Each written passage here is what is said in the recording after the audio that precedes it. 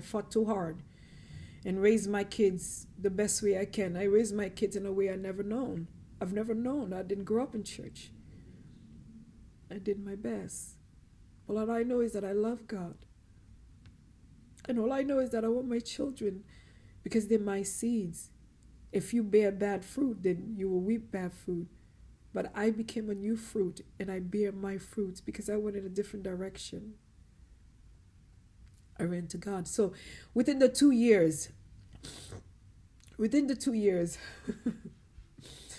I was praying a lot and fasting a lot. I didn't have any friends. I was alone a lot, so I spent my time with God.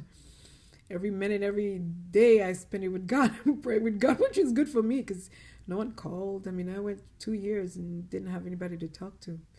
There were times I was so lonely. I talked to my husband, but just to have a friend, like a girl, somebody else I can talk to, beside my husband, there was none. I couldn't talk to anybody because everything that was going on was a lot. But I spent it with God. And one of those days I was praying. I got on my face like I've always done every day, and I pray and I pray and I pray and I pray. God, in the spirit, I'm singing to the Lord, worshiping the Lord, and then obviously, and I'm prophesying about what's gonna happen to my son. I'm prophesying about what's gonna happen to my children. I'm prophesying life, and I'm prophesying a turnaround in his life, and I'm prophesying and I'm prophesying. And after a wonderful prayer I had in touch base with God, and I came out of that prayer. I remember standing up because, I was laying on my face, praising God and just seeking his face. And when I came up, and then I had this feeling like I wanted to go to the store to buy rice. I grew up in Haiti. I don't know. I eat rice every day. That's like part of my main dish is rice. There was a family business was rice. So I ate rice a lot. So I've always had an abundance of rice. Like before the rice run out, I'm already buying a bag just to make sure, I've always have an abundance of it. So, because it's the main dish. So I remember thinking, well, I don't need to buy any more rice. I have enough rice in my cabinet. Why do I need to go to the store and buy more rice? But I felt this urge to go. So I'm like, okay. So when I feel that urge, I just move. Not necessarily I know what God is going to do. I just feel, and I'm still like that until today. Like I'm spontaneous. I get up and I'm like, okay, I want to do this. People are like, what? There's no planning? No, let's go. That's just the way I am. And if I have to plan for it, I have no interest because it's like, I don't know. I just cannot move in planning stuff. I just like to just get up one day and be like, oh, I want to go here. I want to do this. I don't want to do that. And that's the way I want to move. Even when it comes to prayer, I don't like planning it. Sometimes I know there's certain days we pray, that's fine.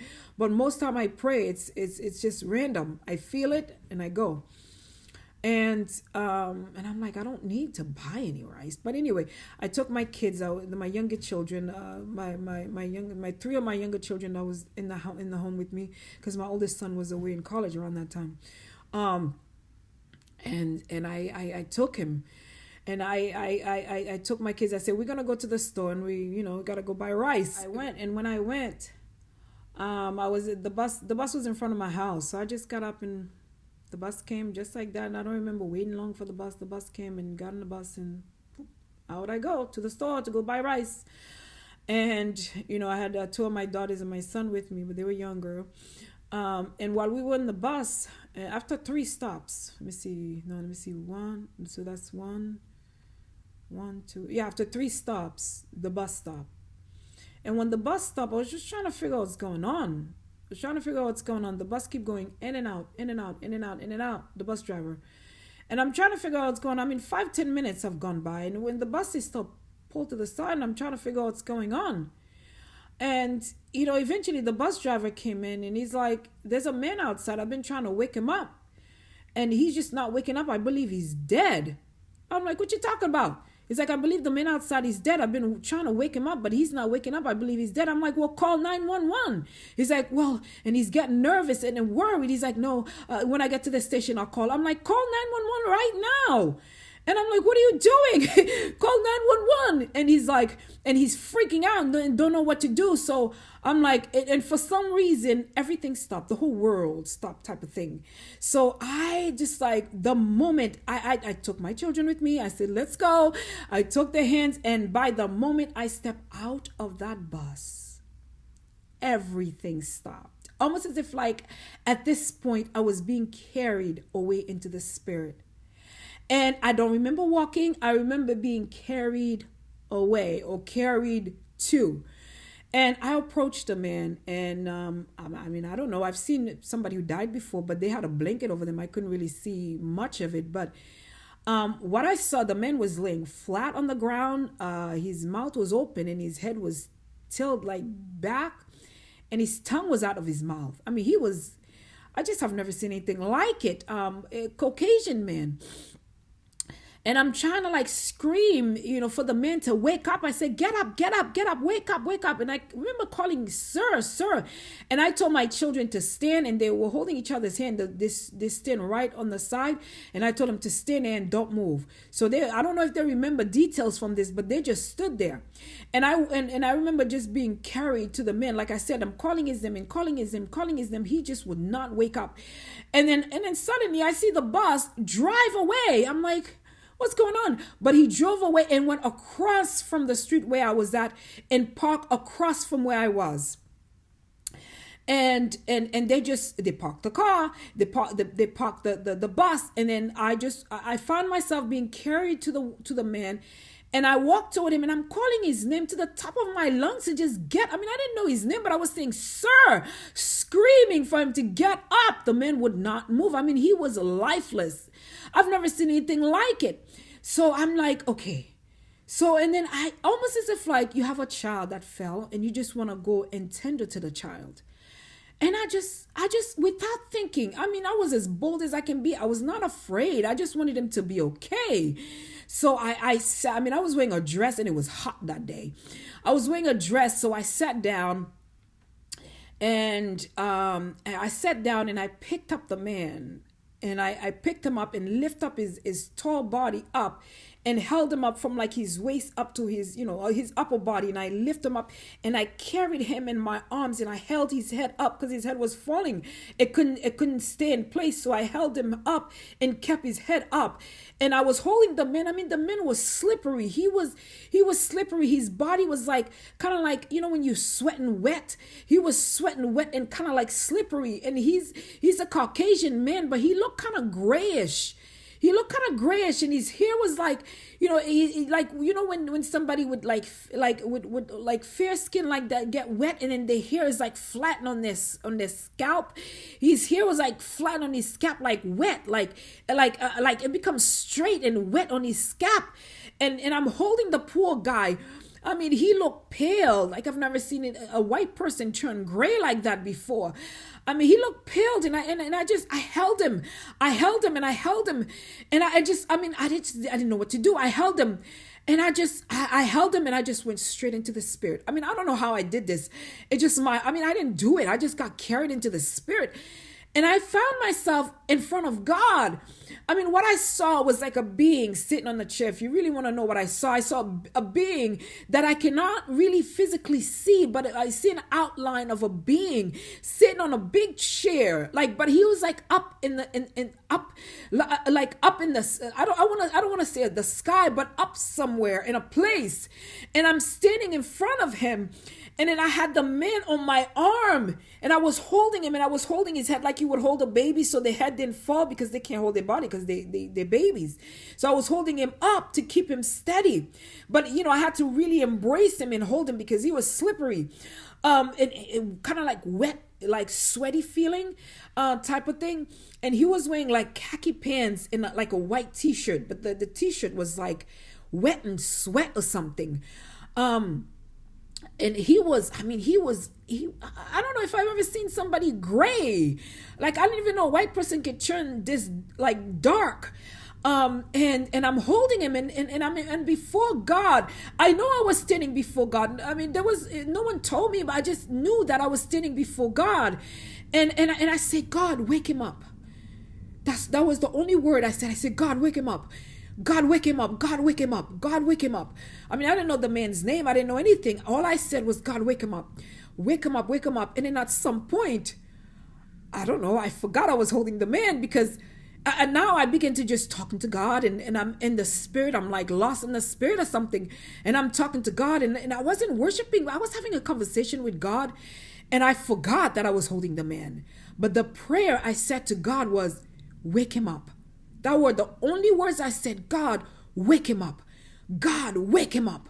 And I'm talking to God. I forgot I was holding a man. At this point, I wasn't where I was. I wasn't on the street because I was sitting on a sidewalk.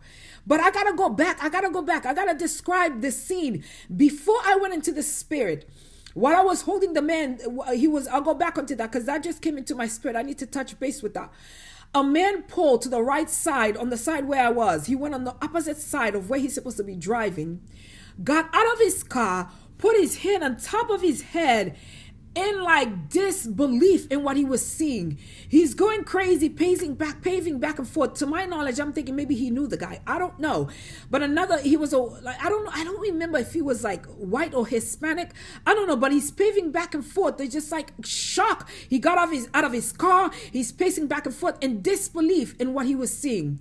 So this just came into my mind. So I wanted to just let you know. So now I'm going back. So I'm in front of God and I'm talking to God. I mean, I don't know what I was talking to God about, but I felt good being there. I was no longer on the sidewalk. I was no longer holding anybody. I was no longer in the world. I was somewhere. And I was having this beautiful conversation with God.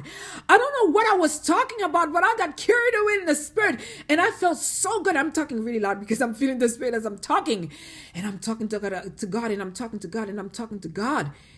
And in the midst of me having a conversation with God, I mean, the feeling you have when you're in front of God is love.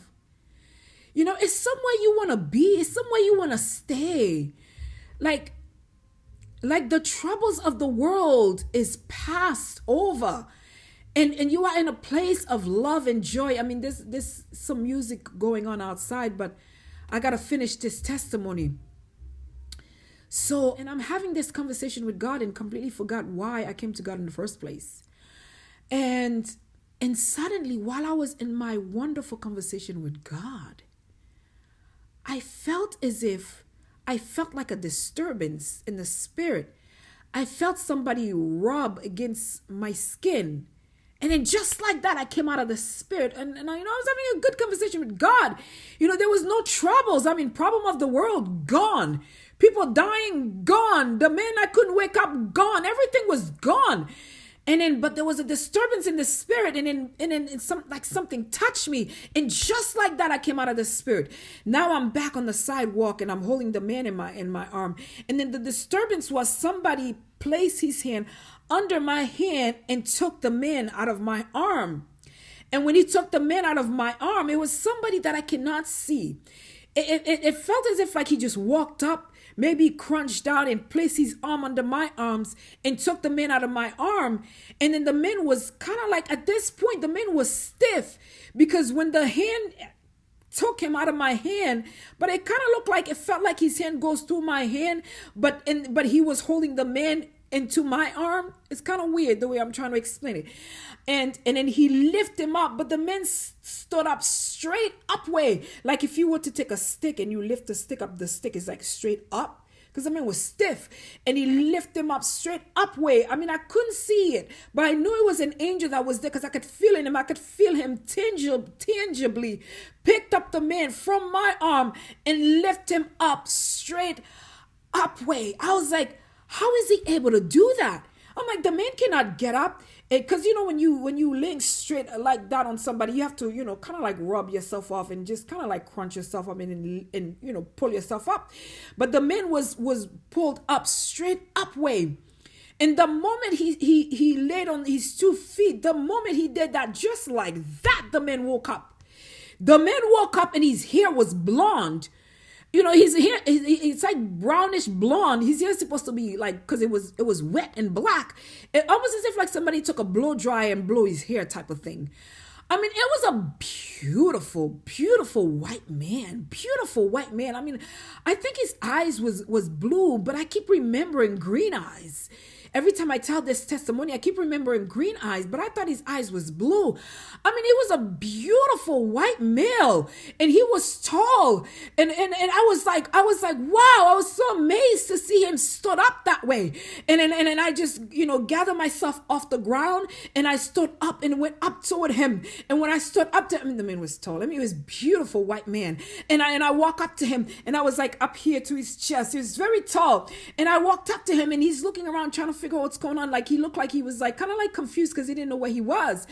And I walked up to him. He's like, what happened? What's going on? And he was just like kind of like didn't know where he was. And I walked up to him, up to his chest, bold as I can be. And I said to him, you died. And I was talking to God, and God woke you up. He's like, what? I said, yes, you died. And I was talking to God, and God woke you up. And then the third time he said, what? I said, yes, you died. And I was talking to the Lord, and he woke you up. Hallelujah. So when I said that to him, I don't know if the guy was a Christian, but he put his hand on his head in a position of prayer, and he got on his knees, and he began to pray, and he began to pray. And then just like that, the world was opened back into my life. I don't know, I started to hear like sirens, and the fire truck came, and the police came. They all came at the same time, and then they surrounded us. They surrounded the area. There were police officers everywhere, and I'm like, I gotta get out of here because I'm a black girl. This little Haitian lady, this black Haitian girl, and I'm like, let me get out of here. And I mean, the street was filled with police, and they were getting ready to come, but the man is alive. The man is alive. God raised him back up, and God healed him. God healed him. God healed him, and God saved his life. And I just, while he was praying on the ground, I walked away. I walked away because, the police officers are everywhere. I mean, it looked like almost like when the crime scene happened, and you see police and ambulance coming and crazy stuff happening, and I'm like, I need to get out of here because I don't want them asking me any questions. I don't know what happened. All I did was picked up the man and prayed for him, and I was talking to God, and he woke up. That is the truth. I was talking to God, and God woke him up. So, but I didn't want to talk to police. I didn't want to talk to anybody while the man was praying. I saw the police officers, and I actually crossed the street on the opposite side from where they were. And I went to the position where the bus was, and I got on the bus, and every eyes was on me. I was like, okay. And the bus driver said to me, what a wonderful lady. What a wonderful lady. He said something to like, I'm a good person, something like that. And I looked at him so boldly. Couldn't believe he said that. I said, there is nothing nice about me. Oh yeah, he called me a nice lady. I said, there's nothing nice about me. There's nothing good about me. I said, thank God that I was here in this time, that I was able to pray for this man, and God saved him. I said, there's nothing nice about me. And all the glory goes to God. And I got in the bus. I sat in the back, and I stayed quiet. I don't remember buying anything that day. I don't even remember going to the store. I think I went back home. I don't remember bringing anything home, but that was the reason why I was there. But I was just praying around that time for God to save my son. He raised the dead, and I testify about it in the church. I don't know if anybody believed me, but I testify of what God did. I testify that God raised